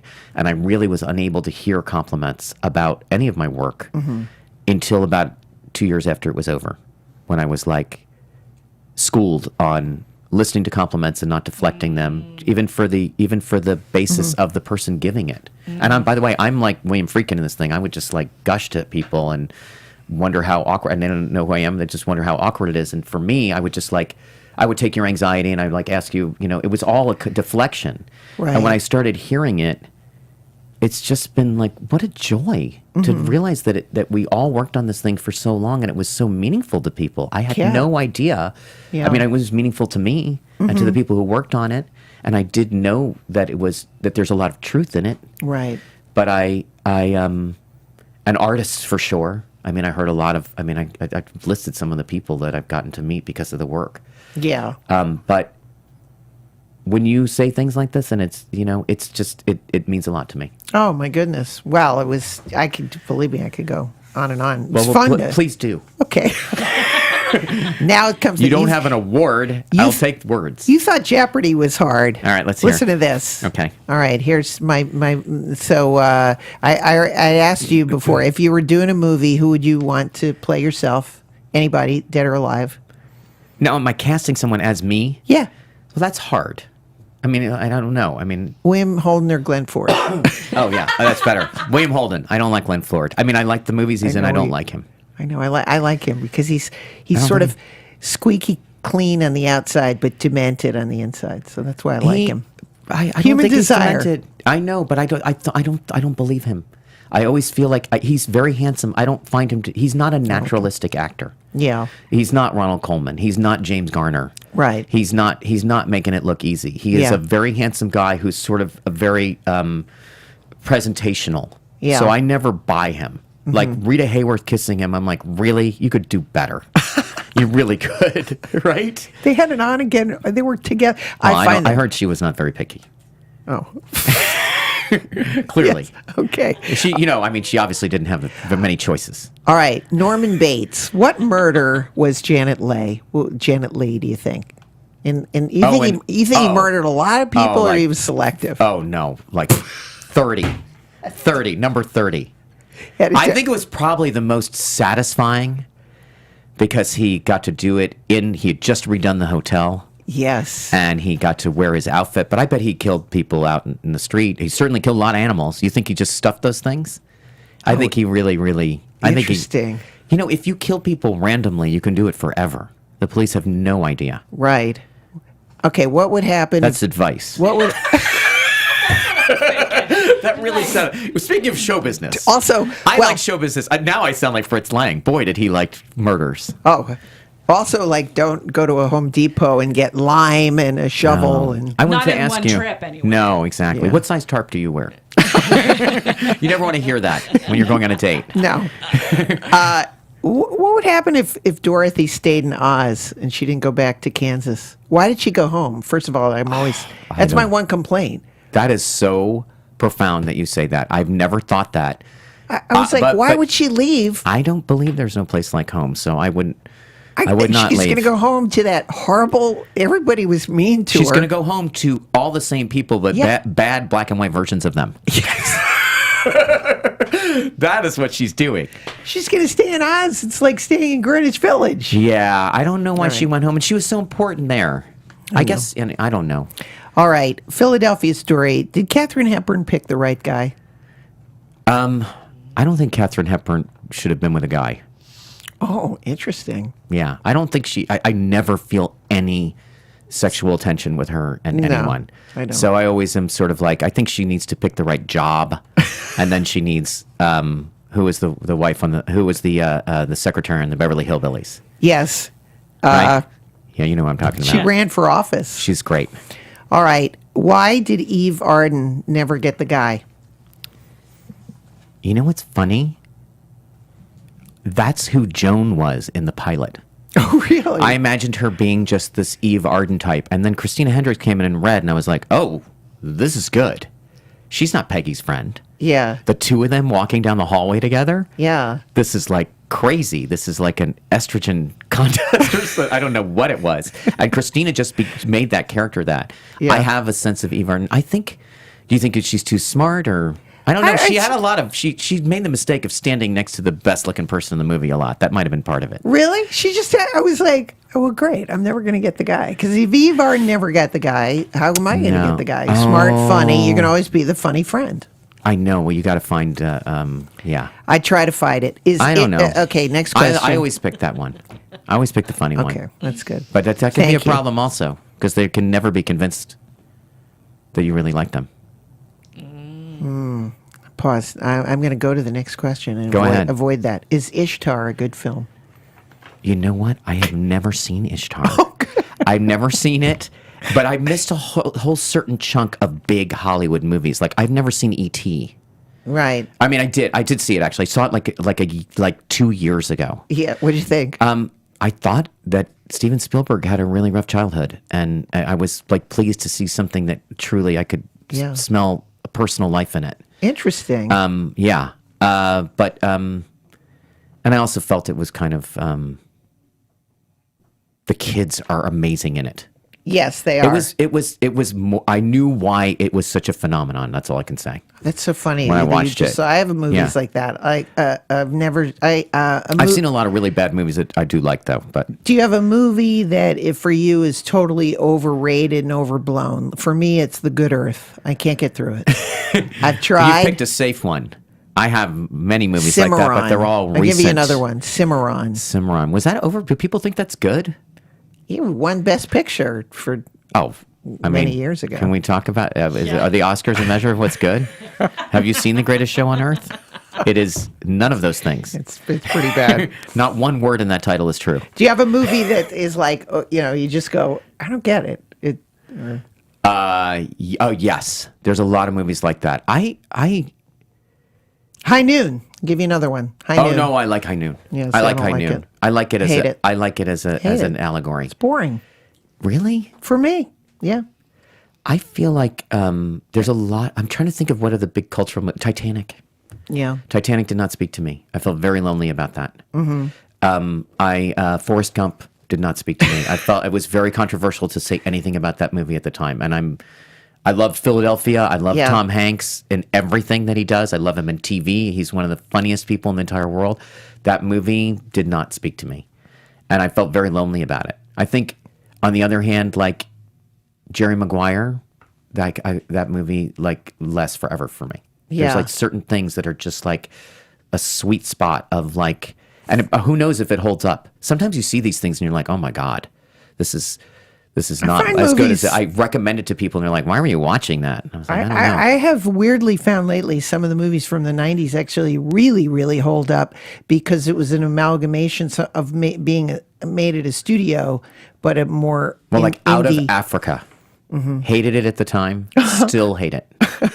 Still just like feel like I'm being punished. You don't have to be alone on that one. Yeah, I feel like I'm on a cruise. That's so funny. I'm in a hotel and there's only one book and I'm just going to have to read it because there's nothing else to do. I like that one because of Robert Redford, and that's my next question. Would The Graduate have been a hit starring Robert Redford? Absolutely not. Yeah. Absolutely not. I'm no way. As I mean, The Graduate, one of the most First of all, iconic. Mike put so much ethnicity into that character. Those parents, they're not as black and white as the way they're shot. Yeah. They are very specific to who they are. So that was an important part of it. And also, Dustin Hoffman has just got this. Yeah. I mean, he's just so so different than everybody was in the movies at that time. That's really a lot of it. Yeah. No, it would not have been a success. But did you ever hear that story when Mike Nichols was supposed to do The Exorcist? No. And he was driving down Wilshire Boulevard, and he called a lane, and he said, "I've never seen anything like this. This line, it's like around the corner. There's like 900 people. It's like huge." And the lane apparently said to him, "Don't worry, Mike. If you did it, it wouldn't have been a success." That's so great. All right, on that note, it doesn't get any better than ending with a laugh. Yeah. So thank you What so a much. pleasure. Thank Oh my you God. so much. Come Matt. back anytime. Great. We would love to have you back. Anytime. Yes. And anything you want to tell us you're doing coming up soon that we can see? Should we I would go back like and watch Mad Men? And I think you should go and watch the Romanovs. I think it's like again. there Yes. forever, and they're movies, and it's hard to explain that to people. But if you watch them, you're going to go somewhere different. You don't know the story. They're filled with your favorite actors, and you get to go somewhere as part. Like the place is part of the entertainment.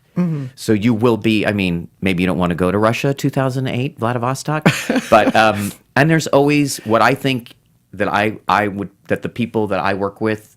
The style of whatever this genre is, and there's a lot of different genres. There's a horror movie. There's Christina Hendricks is in the horror movie. Yes, You'll see that that's one. the one I just That's saw. a lot of inside show business jokes. That's the one. For sure. It was a lot of fun. Yes. Her calling her agent, Paul Reiser. Oh my God, Paul was great. You've got the cast is amazing. I'm very I jealous. have great casting people. I'm very You jealous. want to do one? Yes. I didn't even think of it. I didn't know. God, You I'd should yell kill- at them. You heard it. Everyone here. is. It's happening right here. We'll do something together. Well, we just did. All right, you guys, you can buy Illeana's book, I Blame Dennis Hopper, in bookstores. you She's can. writing the second one. We talked about it earlier. You were here for Yes. that, right? Amazon Prime is where the Romanoffs is. Just so you know. Yeah, Oh, right. yes, Amazon Amazon Prime Prime is where you can see the Romanovs. Also, like our Facebook highly recommend page it. and check out our website, which is getting revamped, maybe. Illeanaspodcast.com. That's right. And as I always say, everyone's life is like a movie with a beginning, a middle, and an end. And this is the end of our movie for today. Thank you so much, Matthew, Thank you, for being Illeana. here. Such a pleasure. Thank you, See you Tamara. soon. Watch the Romanovs. Bye. Bye. From producers Maria Menounos, Kevin Undergaro, Phil Svitek, and the entire Popcorn Talk Network, we would like to thank you for tuning in. For questions or comments, be sure to visit popcorntalk.com. I'm Sir Richard Wentworth, and this has been a presentation of the Popcorn Talk Network. TV or its owners. The views expressed herein are those of the hosts only and do not necessarily reflect the views of AfterBuzz TV or its owners or principals.